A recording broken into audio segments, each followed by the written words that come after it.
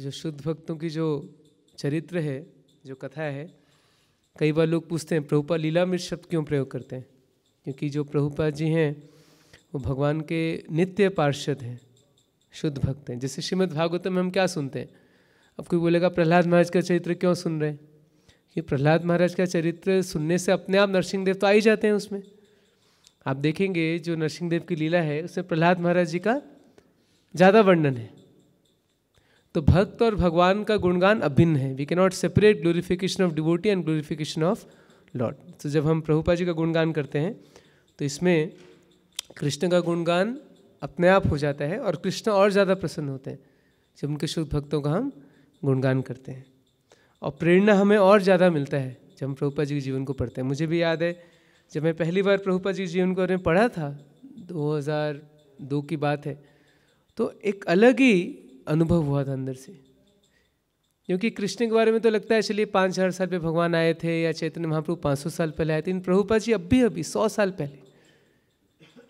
और जब उनका जीवन हम पढ़ते हैं तो बड़ा ही, मेरे को तो ये याद है कि वो जो अनुभूति आई थी बड़ा ही अद्भुत अनुभूति थी कि ऐसे अगर प्रभुपाद जी ऐसे भक्त भगवान के लिए इतना कुछ किए तो हमें थोड़ा तो कुछ करना चाहिए उनके आंदोलन के लिए। तो अब कहाँ से पढ़े थे पता नहीं, लेकिन जहाँ से भी ये पढ़ना शुरू करते हैं। मंत्र की कुछ आवृत्तियों के बाद भक्तों को राहत मालूम होने लगी, मानो वे मंदिर में वापस आ गए हैं और रिकॉर्ड के गलतियां करने के बाद उन्हें भूल गई। वे कीर्तन करते रहे और उसकी ताल में स्थिरता आने के साथ गति में कुछ तेजी आ गई। हरे शब्द का उच्चारण कभी कभी उच्च स्वर में हो जाता, किंतु समूह गान के किसी प्रकार की भावावेशपूर्ण नाटकीयता नहीं थी। केवल स्वामी जी के मधुर संगीत की सीधी सादी अनुक्रिया थी। 10 मिनट बीत गए, कीर्तन तीव्रतर, उच्चतर और तीव्रतर होता गया। स्वामी जी अपने ढोल पर अपना अनोखा कृतित्व दिखाते रहे। तब एकाएक सब कुछ रुक गया, केवल हारमोनियम का गुंजन बना रहा। एलन स्टूडियो से बाहर आया और बोला, स्वामी जी बहुत अच्छा रहा, बहुत अच्छा। क्या आप कार्यक्रम जारी रखेंगे और अपना भाषण अभी आरंभ कर देंगे, या आप बहुत थक गए हैं? विनम्र चिंता के साथ निस्तेज और चकत्तेदार चेहरे वाले एलन कालमैन ने अपने मोटे चश्मे से स्वामी जी को देखा। स्वामी जी थके लग रहे थे, लेकिन उन्होंने उत्तर दिया, नहीं, मैं थका नहीं हूँ। तब भक्तगण स्वामी का पहले से तैयार भाषण सुनने के लिए स्टूडियो में बैठ गए। संवेदना से पूर्ण भक्तों ने सोचा कि बलाघात के बावजूद स्वामी जी का उच्चारण बहुत स्पष्ट था और वे अपने आलेख से कुशल वक्ता की तरह पढ़ रहे थे। जैसा कि रिकॉर्ड एल्बम के आवरण पर बताया गया है, हरे कृष्णा कृष्णा कृष्णा हरे हरे, हरे राम राम राम हरे हरे। कीर्तन द्वारा उत्पन्न दिव्य स्पंदन हमारी कृष्ण चेतना को पुनर्जीवित करने की उदात्त पद्धति है। भाषा दार्शनिक थी और उस तरह के लोग जो कीर्तन समाप्त होते ही और स्वामी जी के एक भी शब्द बोलने के पूर्व ही मंदिर से बाहर चले जाते थे। रिकॉर्ड के एल्बम पर अंकित यह भाषण पसंद करने वाले नहीं थे। स्वामी जी पढ़ते गए, जीवित चिन्मय प्राणियों के रूप में हम मूलतः कृष्ण चेतन जीव हैं, किंतु अनादिकाल से पदार्थ के साथ हमारे संसर्ग के कारण हमारी चेतना भौतिक परिवेश से संप्रति दूषित है। भक्तगण विनम्रता पूर्वक अपने सद्गुरु के वचनों को सुनते रहे और इस बीच यह अनुमान लगाने का प्रयत्न करते रहे कि इस भाषण का श्रोता मंडली पर क्या प्रभाव होगा। निश्चित ही कुछ लोग चिन्मय प्रकृति शब्द सुनते ही रिकॉर्ड बंद कर देंगे। स्वामी जी ने वाचन जारी रखा। वे समझा रहे थे कि कीर्तन मनुष्य को इंद्रिय, मानसिक और बौद्धिक क्षेत्रों से मुक्त करके आध्यात्मिक भूमिका में पहुंचा देता है। प्रभुपाद आगे पढ़ते रहे, हम लोगों ने इसे व्यवहार में देखा है। कीर्तन में एक बालक भी भाग ले सकता है या एक कुत्ता भी इसमें शामिल हो सकता है, किंतु कीर्तन भगवान के एक विशुद्ध भक्त के मुख से सुना जाना चाहिए और वे अंत तक पढ़ते चले गए। अतः इस युग में आध्यात्मिक साक्षात्कार का इससे बढ़कर कोई और प्रभावशाली साधन नहीं है। हम हरे कृष्णा कृष्णा कृष्णा हरे हरे, हरे राम राम राम हरे हरे महामंत्र का जप करें। एलन पुनः स्टूडियो में भागता हुआ प्रभुपाद के पास आया। उसने कहा, बहुत सुंदर था। उसने कहा कि उन लोगों ने भाषण में किंचित प्रतिध्वनि रिकॉर्ड कर ली है, जिससे भाषण श्रोता के लिए विशिष्ट बन गया। चश्मे को अंगुलियों से पीछे हटाते हुए उसने कहा, अब भाषण के लिए निर्धारित समय में से 10 मिनट और बचे हैं। क्या आप पुनः कीर्तन करना पसंद करेंगे अथवा अब बहुत देर हो चुकी है? प्रभुपाद मुस्कुराए, नहीं, बहुत देर नहीं हुई। वे अपने सद्गुरु की स्तुतियों का गान करेंगे। प्रभुपाद के शिष्य स्टूडियो की चारों ओर चक्कर लगाते हुए अपने सद्गुरु और इंजीनियरों के प्राविधिक कार्यकलापों को देखते रहे और प्रभुपाद ने अपना गायन आरंभ किया। हारमोनियम की गूंज फिर सुनाई देने लगी। उसके बाद तंबूरे और ढोल बजे, लेकिन पहले से लय का समूह बहुत कम था। वे गाते रहे बिना पुनः रिकॉर्डिंग के, और तब उन्होंने ढोल के उच्च वादन और हारमोनियम के क्षीण होते स्वर के मध्य अपना गायन समाप्त किया। उस संध्या के कार्यक्रम का भी तभी समापन हुआ। एलन पुनः बार आया और स्वामी जी को इतने धैर्यवान और सफल स्टूडियो संगीतज्ञ होने के लिए धन्यवाद किया। प्रभुपाद अब भी बैठे थे। उन्होंने स्वीकार किया, अब हम लोग थक गए हैं। एकाएक स्टूडियो के लाउड स्पीकर यंत्र पर हरे कृष्ण कीर्तन था। पूरी प्रतिध्वनि के साथ प्रतिश्रवण होने लगा। जब प्रभुपाद ने कीर्तन का सफल रिकॉर्डिंग सुना तो वे प्रसन्न हो गए और उठकर नाचने लगे।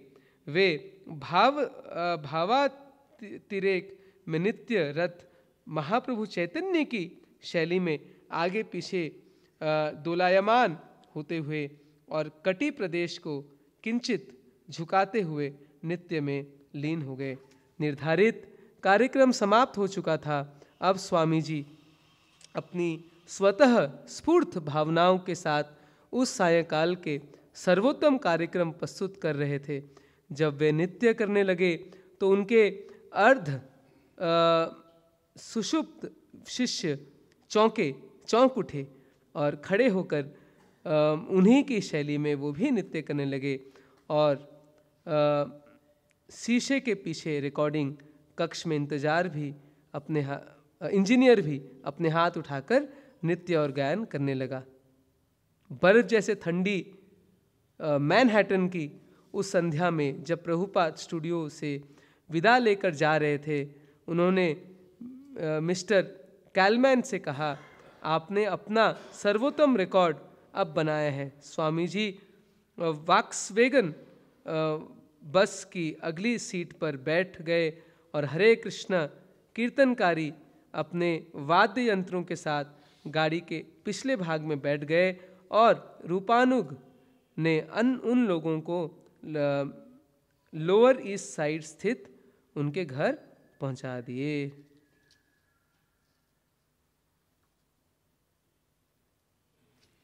एक तो बस आधा पेज और पढ़ लेते हैं, उसका चर्चा करते हैं। तो बड़ा ही सुंदर प्रसंग चल रहा है। ये पहला रिकॉर्डिंग है। आप सोचिए, जो प्रभुपाद जी का हरे कृष्ण कीर्तन सुनते हैं ना, आज भी टेप में लगाते हैं, या प्रभुपाद जी के जो हरे कृष्ण कीर्तन है, तो ये पहली बार प्रभुपाद जी का हरे कृष्ण कीर्तन रिकॉर्डिंग हुआ था। ये बहुत ही एक विशेष ऐतिहासिक क्षण था, क्योंकि शुद्ध भक्त पहली बार उनका जो वाणी है उसका रिकॉर्डिंग हुआ था। कि चैतन्य महाप्रभु की वाणी का हमारे पास रिकॉर्डिंग नहीं है, रूप गोस्वामी का नहीं है, षड गोस्वामी का रिकॉर्डिंग नहीं है, इसलिए भक्तिविनोद ठाकुर जी का भी डायरेक्ट रिकॉर्डिंग नहीं। उनके लिखे हुए भजन है, जैसा हमने गाया शुद्ध भक्त चरण रेणु। इसलिए भक्ति सिद्धांत सुश्री ठाकुर के भी कुछ फोटोग्राफ्स हैं ओरिजिनल, लेकिन रिकॉर्डिंग उनके भी नहीं है। लेकिन श्रील प्रभुपाद जी प्रथम वैष्णवाचार्य हैं, शुद्ध भक्त हैं, जिनके डायरेक्ट रिकॉर्डिंग हम तक उपलब्ध है। तो इसका हमें कितना सोचें, हम कितने भाग्यशाली हैं, और अगले 10,000 वर्षों तक लोग इसका लाभ उठा सकते हैं। डायरेक्ट कहते हैं ना, शुद्ध भक्तों से श्रवण करना चाहिए। तो शुद्ध भक्त कहाँ है? अरे प्रभुपाद जी के तो है सब कुछ, उनका कीर्तन है, उनका लेक्चर है। और वास्तव में जब हरिनाम शुद्ध भक्तों के मुख से सुना जाता है प्रभुपाद जैसे, उसका एक अलग ही प्रभाव होता है। तो इसलिए जो प्रभुपाद जी का, तो इसलिए बड़ा कितना भाग्य है उस मिस्टर कालमैन का, जिन्होंने रिकॉर्डिंग किया। पहली बार हरे कृष्ण महामंत्र का उन्होंने रिकॉर्डिंग किया, और कितने लोग इससे भक्त बने, कितने लोग तक महामंत्र पहुंचे। इनफैक्ट जॉर्ज हैरिसन जो बाद में भक्त बने, वो कहते हैं पहली बार उनको ये रिकॉर्डिंग मिल चुका था प्रभुपाद जी का, जो पहला रिकॉर्डिंग, ये शायद 1966 या 67 की बात है। जो पहला रिकॉर्डिंग प्रभुपाद जी ने किया वो जॉर्ज हैरिसन तक पहुंचा। इसलिए बाद में वो फिर श्याम सुंदर प्रभु से मिले, आप आगे पढ़ेंगे, और उन्होंने बहुत अच्छा एक एल्बम निकाला था बीटल्स ग्रुप, उसमें बहुत फेमस थे बीटल्स ग्रुप, और वो उससे हरे कृष्ण आंदोलन को, इस्कॉन को एक बहुत बड़ा एक पुश मिला। और लंदन में उन्होंने फिर इस्कॉन की स्थापना की। उन्होंने अपना बहुत बड़ा बंगला, आज भी वो भक्ति वेदांत मैनर के नाम में विख्यात है, बहुत ही सुंदर है वो। और आज के दिन भी वहाँ पे मैं भी गया था, वहाँ पे देख के बड़ा आश्चर्यचकित हो गया, इतना सुंदर जगह, इतने सुंदर विग्रह, प्रभुपाद जी का कमरा है वहाँ पे। और उसमें गया था मैं दशहरा के उत्सव में, मतलब पूरा पार्क भर गया था, करीब 3-4 हज़ार लोग थे, ज़्यादातर भारतीय थे, कुछ ब्रिटिशर्स भी थे। और जन्माष्टमी में कहते हैं लगभग जैसे इंडिया में होता है ना, लाखों लोग आते हैं, ऐसे कहते हैं जन्माष्टमी उत्सव के दिन 60 से 70 हज़ार लोग लंदन में आते हैं। आप सोचिए, ये प्रभुपाद जी की कृपा है। एक सेकंड इतनी भीड़ होती है, सोचिए। तो लेकिन इसका शुरुआत जैसे मैंने कहा यहाँ से है, क्योंकि प्रभुपाद जी ने पहला एल्बम रिकॉर्ड किया, वही जॉर्ज हैरिसन को मिला। और जॉर्ज हैरिसन ने कितने लाखों बद्धजीव पहली बार महामंत्र सुने प्रभुपाद जी के मुख से। तो कई बार मैं सोचता हूँ साइंस एंड टेक्नोलॉजी क्यों इतना एडवांस कर रहा है, भगवान ने क्यों एडवांस सुने दिया? तो मैं सोचता हूँ केवल एक ही कारण है, ताकि प्रचार हो पाए। हवाई जहाज नहीं होता तो प्रभुपाद जी हर जगह जा नहीं पाते। अगर ये रिकॉर्डिंग टेक्नोलॉजी नहीं होता तो प्रभुपाद जी का भाषण या उनका कीर्तन रिकॉर्डिंग नहीं हो पाता। तो हम भक्तों को तो यही सोचना चाहिए कि जो साइंस एंड टेक्नोलॉजी है वो केवल यही सोचना चाहिए भगवान का एक वो है, ताकि प्रचार जल्दी से हो, और हमें उसको केवल प्रचार में इस्तेमाल करना चाहिए, बाकी चीज़ों में नहीं, क्योंकि इससे नुकसान ही नुकसान है। एक्चुअली ये सब तमोगुण में चीज़ें हैं, तो इसका प्रभाव कहना कि हम पे पड़ता है, तो लेकिन फिर भी जितना हो सके कृष्ण की सेवा में लगाएंगे तो बच सकते हैं। और एक बहुत महत्वपूर्ण बात है, देखिए इसमें आप अर्धरात्रि का समय हो गया था, लेकिन प्रभुपाद जी थके नहीं थे। वो कैलमैन करे तो आपको विश्राम करना नहीं, प्रभुपाद जी बोले मुझे भाषण देना है, तो मंत्र समझा। आपने सब सुना है, कितने लोग सुने प्रभुपाद जी के मुख से महामंत्र का मीनिंग? तो इंग्लिश में हिंदी में दोनों में है। प्रभुपाद जी इंग्लिश में भी बोलते हैं, और बाद में प्रभुपाद जी कई वर्ष के बाद उसका सेम हिंदी में भी अनुवाद करते हैं उसका।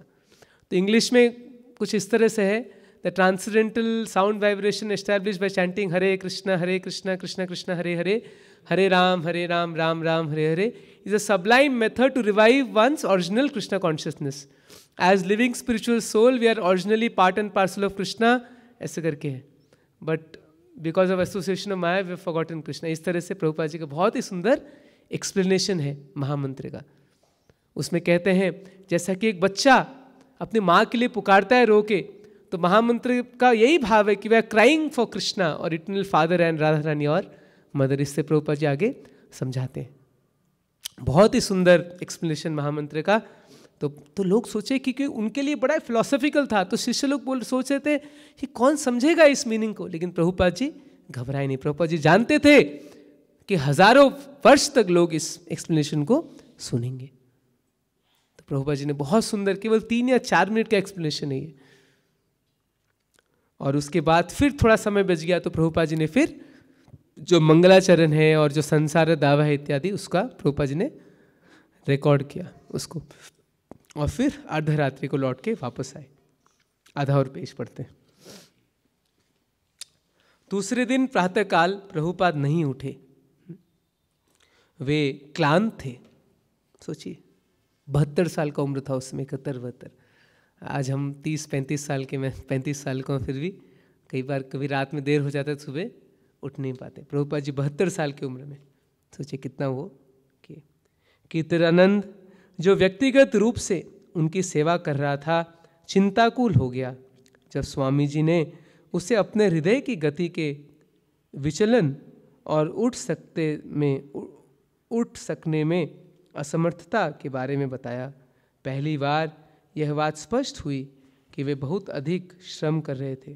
कीर्तनानंद को पिछले शिशिर और ग्रीष्म की याद आ गई जब स्वामी जी घंटों कीर्तन के लिए उन्हें पार्क में ले जाया करते थे या शाम को देर तक उनके साथ कार्यक्रम रखा करते थे। ये सारे कार्यक्रम उनके लिए प्रतिदिन की बात हो गए थे, किंतु कीर्तनानंद को लगा कि अब स्वामी जी के स्वास्थ्य के बारे में चिंता करने का कारण था।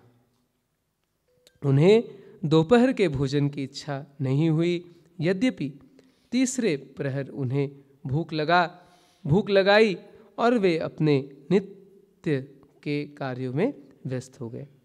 उसी दिन सैन फ्रांसिस्को से मुकुंद का पत्र आया। मुकुंद और जानकी अपने विवाह के कुछ समय बाद ही वेस्ट कोस्ट चले गए थे। मुकुंद ने स्वामी जी को बताया था कि वह भारतीय संगीत का अध्ययन करने के लिए भारत जाना चाहता था, लेकिन दक्षिण ओरेगॉन में कुछ सप्ताह बिताने के बाद वह सैन फ्रांसिस्को जाकर वहीं पढ़ा रहा था। अब उसके मन में एक और सुंदर विचार उठा था। वह किराए पर एक स्थान लेना चाहता था और प्रभुपाद को आमंत्रित करना चाहता था कि वे वहाँ पे आएं और हेट एशबरी डिस्ट्रिक्ट में उसी प्रकार हरे कृष्ण आंदोलन आरंभ करें जैसा वे लोअर ईस्ट साइड में कर रहे थे। उसने कहा कि वहाँ कृष्ण भावनामृत के संभावनाएं बहुत अच्छी हैं। यह जानकर प्रभुपाद अपने विस्तारशील योजनाओं का ब्यौरा शिष्यों को देने लगे। उन लोगों को चाहिए कि वे न केवल सैन फ्रांसिस्को में वरन एक एक करके सारे विश्व में मंदिर स्थापित करें, यहाँ तक कि रूस और चीन में भी। उन्हें भगवत गीता को भी विभिन्न भाषाओं में प्रकाशित करना चाहिए और उनकी योजना श्रीमद् भागवत के सभी खंडों का अंग्रेजी में अनुवाद करने और उसके बाद भक्तों का एक दल लेकर भारत वापस जाने की थी। भक्तों ने प्रभुपाद की ये बातें सुनकर वे आश्चर्य विभोर हो गए। कीर्तनानंद को सवेरे प्रभुपाद ने खराब स्वास्थ्य के जो चिंताजनक लक्षण दिखाई दिए थे और जो विचार उसके मन में उठे थे वे सब उसे भूलने लगे। किसने सोचा यदि कृष्ण की इच्छा हुई तो स्वामी जी कुछ भी कर सकते हैं। तो ये स्टार मार्क है, यहीं पे रुक जाते हैं हम, ठीक है।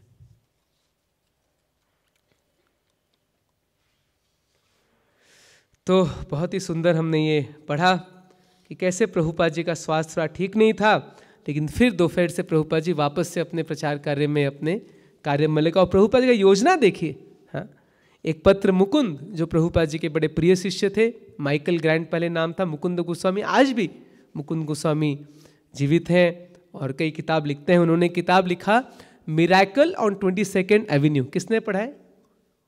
मिरेकल ऑन 2nd एवेन्यू, बहुत ही सुंदर किताब मुकुंद गोस्वामी ने लिखा है, मैंने पढ़ा है उसको। पूरा उनका जो एक्सपीरियंस है, उनका अनुभूति है प्रभुपाद जी के साथ में, किस तरह उन दिन प्रभुपाद जी कैसे प्रचार किए, कैसे इस्कॉन शुरू हुआ, मुझे थोड़ा बहुत याद आ रहा है। वो कहते हैं कि उस समय जब प्रभुपाद जी बावरी में रहते थे, इसके पहले आपने सुना होगा, तो कहते वो नर्क से भी बुरा स्थान था। आप सोचो अमेरिका में तो बड़ा सुंदर होगा, नहीं, जो बावरी जो स्थान था बड़ा ही गंदा स्थान था। वहां पे कहते 3 चीज का दुर्गंध था, शराब, मूत्र और उल्टी। क्योंकि वहां जो ड्रग एडिक्ट लोग थे वो खूब शराब पीते थे, शराब इधर उधर गिर जाता था, फिर उल्टियां करते थे, और इतने ज्यादा नशे में थे कि वहीं पेशाब टट्टी भी कर देते थे। सोचिए, कल्पना कीजिए आप, उस बीच में गोलोक वृंदावन धाम से आए हुए भगवान के नित्य पार्षद श्रील प्रभुपाद जी वहां पे गए प्रचार के लिए।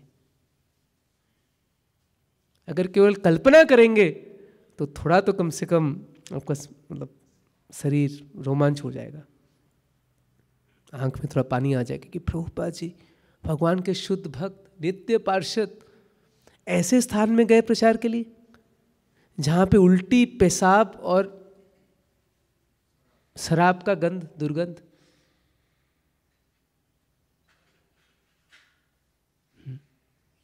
सोचना चाहिए हमें कई बार, प्रभुपाद जी का जो बलिदान है, प्रभुपाद जी जो कष्ट किए हैं, उसको बार बार हमें स्मरण करना चाहिए। जैसे क्रिश्चियन लोग पता है वो बार बार एक चीज का स्मरण करते हैं कि जीसस ने हमारे लिए अपना जान दे दिया, क्रूसीफाई हो गए, मतलब ना ऐसे ऐसे हाथ करके, ताकि उनको बार बार याद आता है कि जीसस ने हमारे लिए इतना बलिदान दिया। प्रभुपाद जी के बारे में वैसे हमें याद करना चाहिए, प्रभुपाद जी ने क्या किया। 70 साल की उम्र में अमेरिका गए, पानी में के जहाज में हार्ट अटैक आया, अमेरिका जाके कितना स्ट्रगल किए, ऐसे ऐसे स्थान में रहे। एक बार जो उनके साथ थे, आपने पढ़ा होगा, डेविड बोल के, प्रभुपाद जी को मारने भागा, प्रभुपाद जी तुरंत घर छोड़ के भाग गए, उनको पता नहीं था कहाँ जाएंगे। फिर माइकल ग्रांट के पास ही गए, माइकल ग्रांट जो मुकुंद, उन्होंने उनको अपने घर रखा, फिर बाद में किराए में 26 2nd एवेन्यू को दिया। प्रभुपाद जी को पता नहीं था कहाँ से किराया आएगा, क्या होगा कुछ। प्रभुपाद जी बिल्कुल, हम तो सोचते हैं हमारा तो, हम तो कितने ज़्यादा, प्रभुपाद जी ने इतना बड़ा इस्कॉन बना दिया हम सबके लिए, हमारे लिए प्रचार करना तो बहुत आसान है। अगर हम अभी भी नहीं कर पाए तो ये बड़ी दुर्भाग्य की बात है। और प्रभुपाद जी ने क्या किया था, उसमें कुछ भी नहीं था, कोई नहीं जानता था। 40 रुपये लेके प्रभुपाद जी गए थे। कई बार प्रभुपाद जी, एक बार प्रभुपाद जी के मुख से मैंने स्वयं सुना है, तो ऐसा कहते हैं कि कौन सा ऐसा बिजनेसमैन होगा जो 40 रुपये लेके गया और आज के दिन इस्कॉन की संपत्ति 40 करोड़, उस समय की बात कर रहा हूँ मैं, 1972-73 की बात है, मतलब आज के ज़माने में तो हज़ारों करोड़ के बराबर है। तो प्रभुपाद जी कह रहे ऐसा कौन सा बिजनेसमैन होगा, कोई बिजनेसमैन ऐसा है कि प्रभुपाद जी ने कहा ये मेरी उपलब्धि नहीं है, कृष्ण का आशीर्वाद है, कृष्ण की कृपा है, क्योंकि मैंने केवल उनके संदेश का, चैतन्य महाप्रभु की वाणी का प्रचार करने का प्रयास किया, तो उन्हीं की कृपा से जो सफलता मुझे प्राप्त हुई है। तो प्रभुपाद जी यहाँ पे जैसे भी मुकुंद ने चिट्ठी भेजा, Mukund San Francisco, New York east में है अमेरिका का और सैन फ्रांसिस्को वेस्ट में है। तो सबसे पहले प्रभुपाद जी न्यूयॉर्क में सेंटर शुरू किया और वहाँ से मुकुंद वेस्ट कोस्ट गए। उनका प्लान इंडिया जाने का था, लेकिन वो सोचे कुछ दिन मैं वेस्ट कोस्ट में रहूँगा फिर इंडिया जाऊँगा। तो उनको ऐसा लगा वहाँ पे जाके, जब देखा कि वहाँ पे बहुत हिप्पी लोग हैं। एक्चुअली एक अच्छा गुण था हिप्पियों में, हालांकि सारे दुर्गुण थे, लेकिन वो जो साधारण जीवन है उससे वो त्रस्त हो गए थे, ऊब गए थे, फ्रस्ट्रेट हो गए थे। उनको लगा ये क्या ज़िंदगी है, सुबह से रात तक जॉब करो, पैसा कमाओ, वीकेंड में थोड़ा एंजॉय करो। तो ये जो अमेरिकन सोसाइटी था, ये जो कल्चर था, कॉर्पोरेट कल्चर था, सिटी लाइफ था, उससे वो ऊब चुके थे। उनको लगा कि नहीं, जीवन में कुछ तो और कारण है जीने का। तो कम से कम ये जो वैराग्य भावना उनमें था, ये कृष्ण भावनाथ के लिए बड़ा अनुकूल था। तो उन्होंने चिट्ठी लिखा प्रभुपाद जी कि प्रभुपाद जी यहाँ सेंटर खोलना चाहता हूँ, आप आइए। तो प्रभुपाद जी बड़े प्रसन्न हुए और बताए शिष्य को कि यहाँ नहीं, हम पृथ्वी के हर जगह सेंटर खोलेंगे। उस समय शिष्य लोग बड़े, स्वामी जी 70 साल 72 साल की उम्र, हम लोग 5-6 शिष्य हैं इनके, छोटा सा कमरा हमारा सेंटर है और कहते हैं विश्व भर सेंटर बनाएंगे, तो उनके कल्पना से बाहर था। कल्पना नहीं कर सके ऐसा कैसा संभव हो सकता है। और प्रभुपाद जी उस समय कहे थे कि चीन में भी प्रचार होगा, रशिया में भी प्रचार होगा, भगवद गीता का अनुवाद हर भाषा में होगा, श्रीमद् भागवत इंग्लिश में सारा 12 स्कंद प्रकाशित होंगे। सब प्रभुपाद जी उस समय चर्चा कर रहे थे। भक्तों को तो बिल्कुल हंसने लगे, भाई क्या, उनको कोई विश्वास नहीं हुआ ऐसा हो सकता है। लेकिन प्रभुपाद जी को विश्वास था कृष्ण पे, चैतन्य महाप्रभु पे, चैतन्य महाप्रभु की भविष्यवाणी पे, पृथ्वी ते आछे यत नगर आदि ग्राम सर्वत्र प्रचार होवे मोर नाम। तो ये श्रद्धा बहुत महत्वपूर्ण है। प्रभुपाद जी को पूर्ण श्रद्धा था कि महाप्रभु का ये भविष्यवाणी है तो निश्चित रूप से ये सत्य होगा। बड़ कृपा कैल कृष्ण अध मेरा प्रति की जाने अनिलो था करे बेगति। जरा मैं भजन निकालता हूँ, बहुत ही सुंदर भजन है। प्रभुपाद जी का हृदय इस भजन से हमको जान सकते हैं। एक महत्वपूर्ण बात है कि प्रभुपाद जी ने ये जो पोएम लिखा था, ये सोच के नहीं लिखा था कि कभी छापा जाएगा, इसको लोग पढ़ेंगे, नहीं। प्रभुपाद जी किस भावना से लिखे थे? केवल अपना फीलिंग्स को, अपने जो भावना है हृदय को, उसको अपने पर्सनल डायरी में नोट किए थे। Not with the intention that will be publish one day, no, he was expressing his sincere true feelings. क्योंकि कई बार क्या होता है, हम प्रवचन में बोलते हैं मैं बड़ा विनम्र हूँ, मैं बड़ा ये हूँ लिखने के लिए पब्लिक राइटिंग करते हैं, लेकिन ये प्रभुपाद जी अपना पर्सनल फीलिंग व्यक्त कर रहे हैं विदाउट एनी हिपोक्रेसी, बिना कोई कपटता के, छल के। प्रभुपाद जी सच्चा जो अपना हृदय का जो उनका भावना था उसको प्रभुपाद जी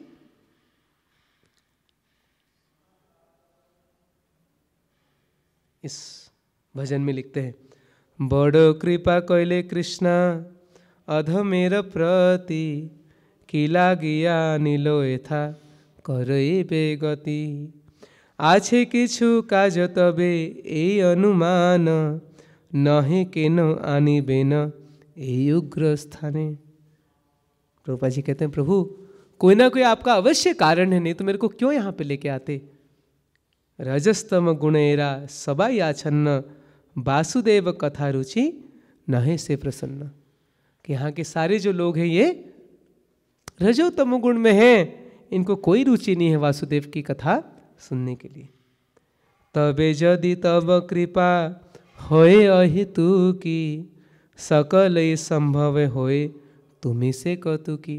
तो ये प्रभुपाद जी कहते हैं कि हालांकि असंभव है, लेकिन अगर आपकी कृपा हो जाए तो असंभव भी संभव हो जाता है। क्या असंभव रहेगा अगर आपकी कृपा हो जाए। कि भावे बुझाले तारे बुझे से ही रस एते एत कृपा करो प्रभु करो निज बश। तो प्रभुपाद जी कहते हैं कि कैसे समझाऊंगा उनको, हाँ, आपके बारे में। तुम्हारा इच्छाए सब होए माया बश तुम्हारा इच्छाए नाश मायर परश। कि भगवान आपके अनुमति से ही लोग माया के वश में हुए हैं, अगर आप इच्छा करेंगे तो ये माया से इनका उद्धार हो जाएगा। तब इच्छा है यदि तादेर उद्धार बुझिबे निश्चय तबे कथा से तुम्हार भागवतर कथा से तब अवतार धीर होइया सुने यदि गाने बार बार। तो प्रभुपाद जी बोले जो भागवत की कथा ये आपका अवतार है, आपसे अभिन्न है आपका वाणी। अगर ये कथा अगर वो सुन लेंगे तो निश्चित रूप से उनका उद्धार हो जाएगा। फिर ये भागवतम का श्लोक कहते हैं जो प्रथम स्कंद के दूसरे अध्याय का। शृण्वतां स्वकथा कृष्ण पुण्य श्रवण कीर्तन हृदयन्तस्व भद्राणि विधुनोति सुरत्सतां नष्ट प्राय स्वभद्रेषु नित्यं भागवत सेवया भगवती उत्तम श्लोके भक्तिर्भवति नैष्टिकी तदा रजस्तमो भावा काम लोभादयश्ये चेतेतिरनाविद्धं स्थितं सत्त्वे प्रसीदति एवं प्रसन्न मनसो भगवद्भक्ति योगतः भगवतत्वविज्ञानं मुक्तसंगस जायते भिद्यते हृदय ग्रंथिश् छिन्द्यन्ते सर्व संशया क्षीयन्ते चास्य कर्माणि दृष्ट्वा एवात्मनीश्वरे। तो भागवतम का बड़ा सुंदर श्लोक है, 4 श्लोक लगातार, जो कहते हैं कि शृण्वताम सुखथा कृष्ण। जब भगवान की कथा हम सुनते हैं तो क्या होता है, रिधंतुस्य भद्राणी विधुनोति सुरत सताम। तो कृष्ण स्वयं हमारे हृदय से गंदगी साफ कर देते हैं और सारे नष्ट प्राय स्वभद्रेशु नित्यं भागवत। जितने अभद्र चीज, जितने अनर्थ हमारे हृदय में है, काम क्रोध लोभ मोह मद मात्सर्य, ये सब मिट जाता है किसके द्वारा, नित्यं भागवत सेवया। और उसके बाद व्यक्ति काम रजोगुण तमोगुण के उससे दूर होके फिर सतोगुण में स्थित होता है और फिर शुद्ध भक्ति कर पाता है। रजस्तम हते तबे पाइबे निस्तार, हृदय भद्र सबे गुछिबे ताहार। की करे बुझाब कथा बड़ से ही चाही, क्षुद्र आमी दीनहीन कोनो शक्ति नाही। अथेछे एने छ प्रभु कथा बोली बारे, जे तो मारो इच्छा प्रभु करो ए बारे।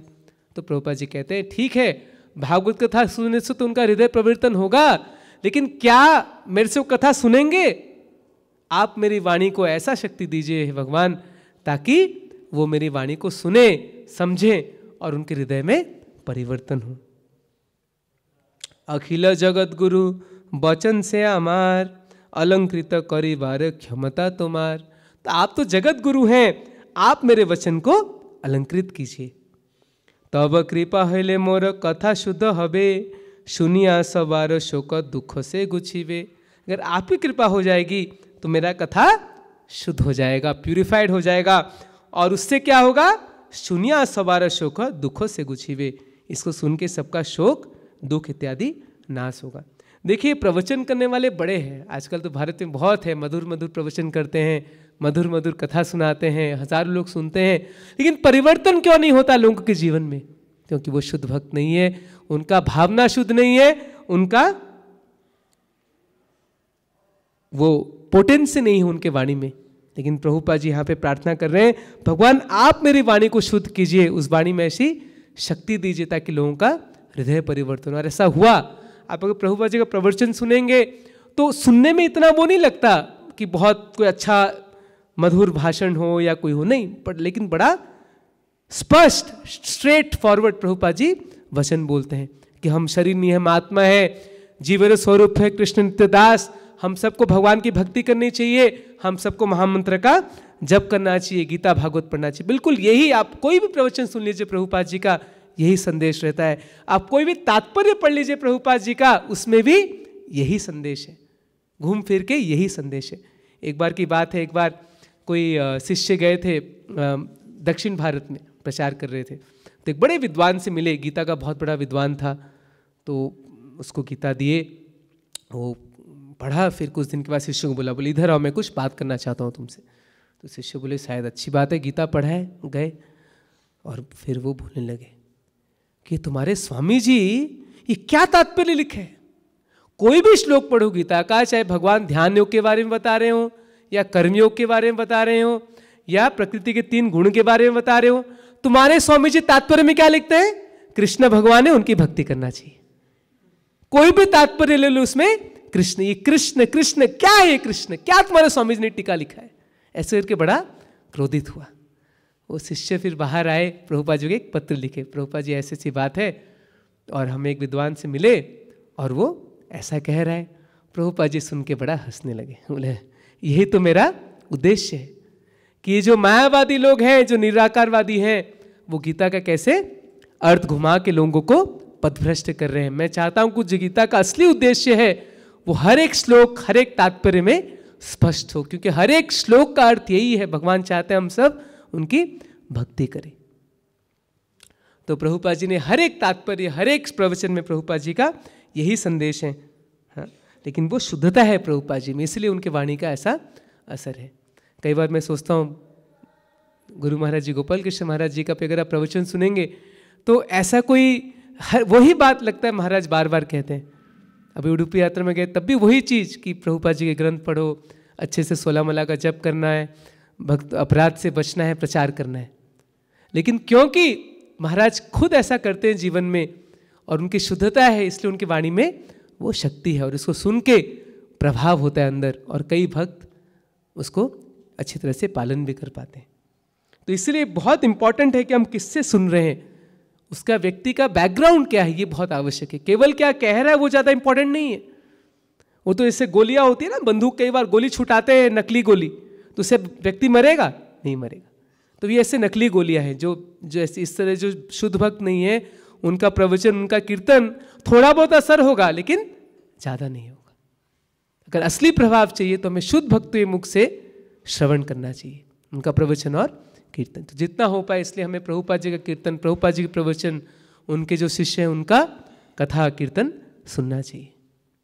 या और भी जो भक्त उनका आचरण सही है तब उनका सुन सकते हैं, लेकिन कम से कम प्रयास करनी चाहिए प्रभुपाद जी का, तो हम निश्चित रूप से नियमित रूप से ज़रूर उनके प्रवचन को सुने, उनकी किताब को पढ़ें, बहुत आवश्यक है।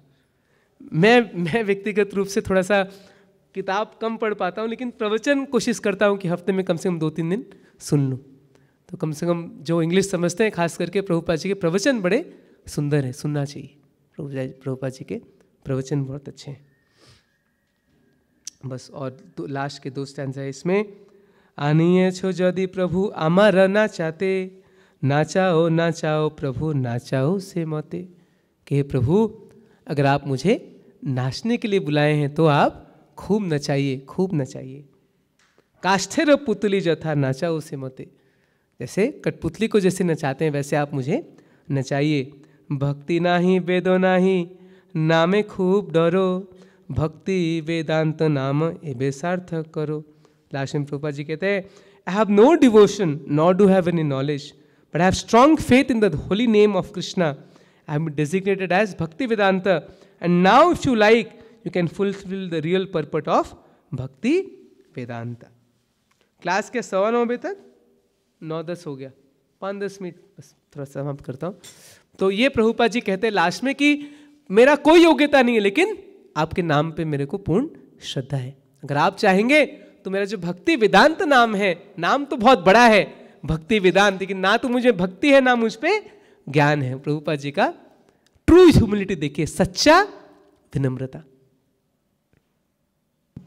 तो इस भजन आप कह सकते हैं this the seed of Krishna consciousness movement.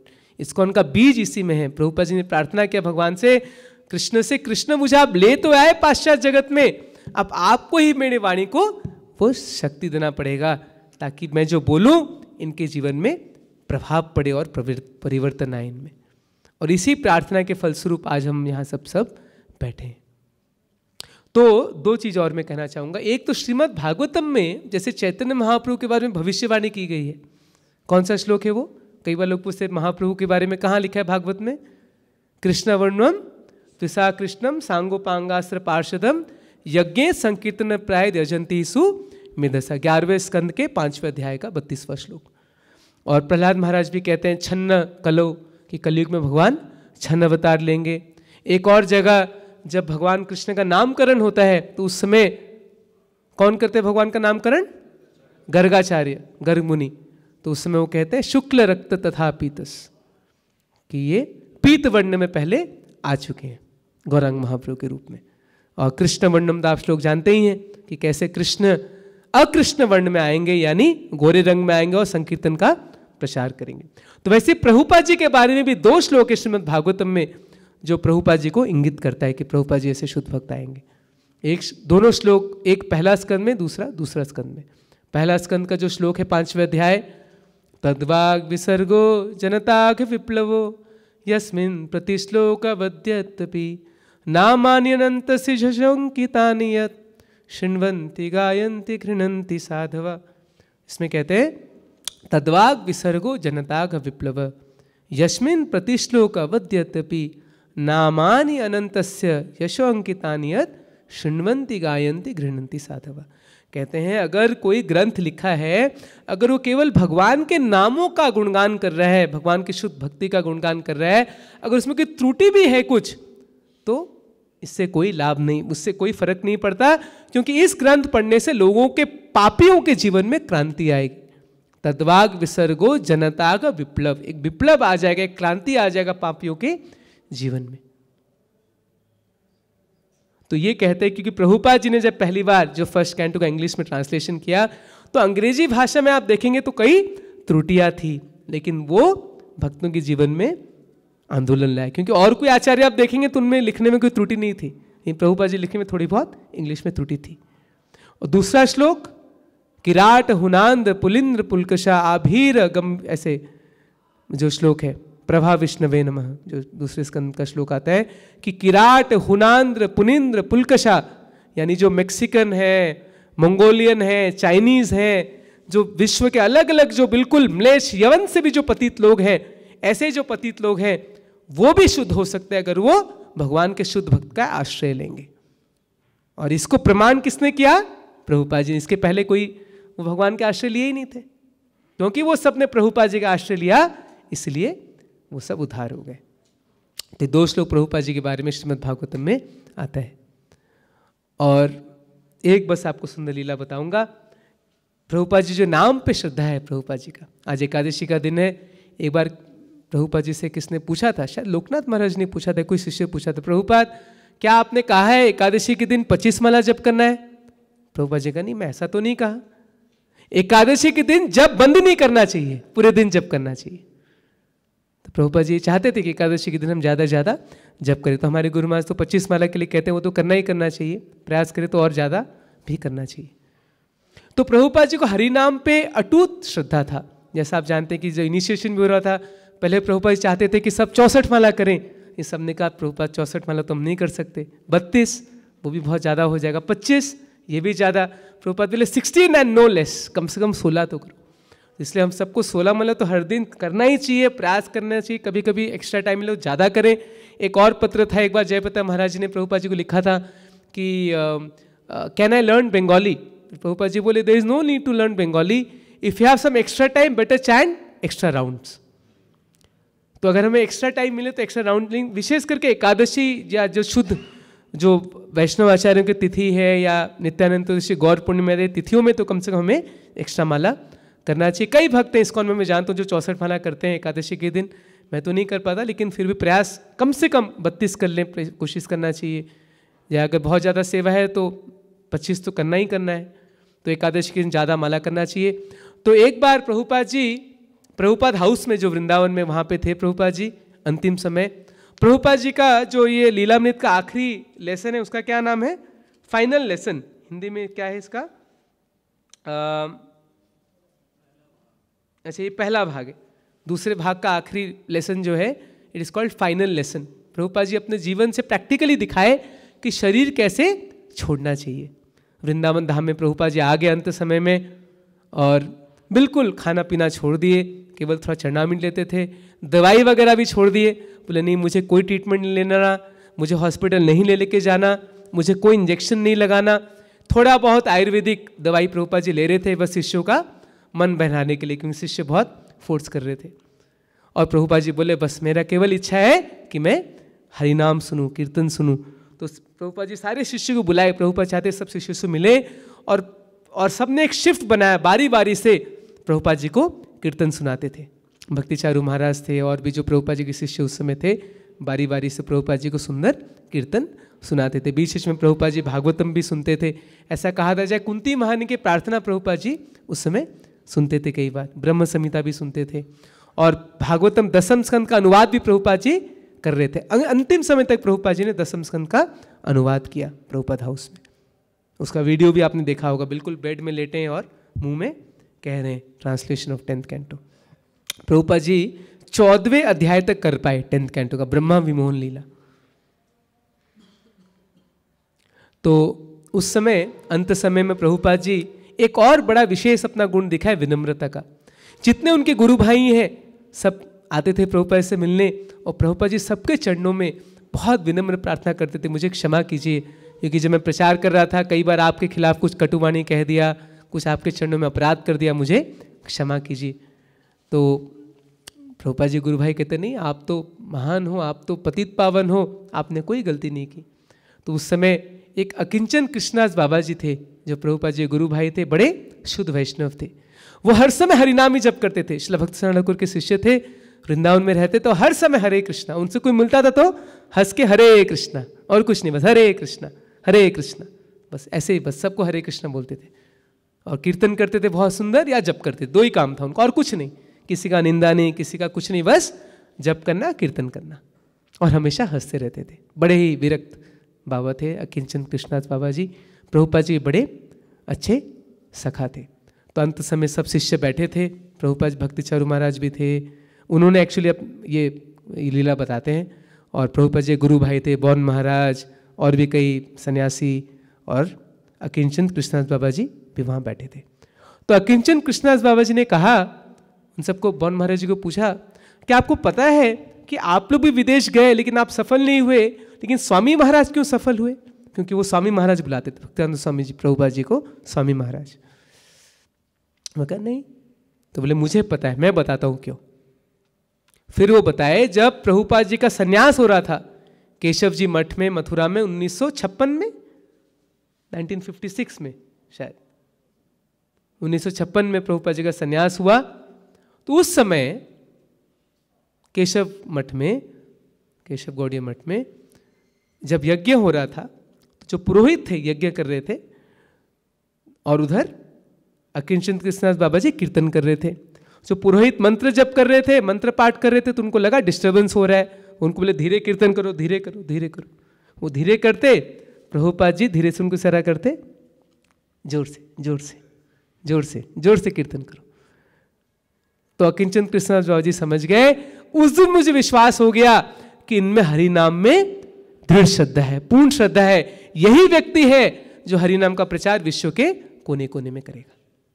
Srila Prabhupada की जय।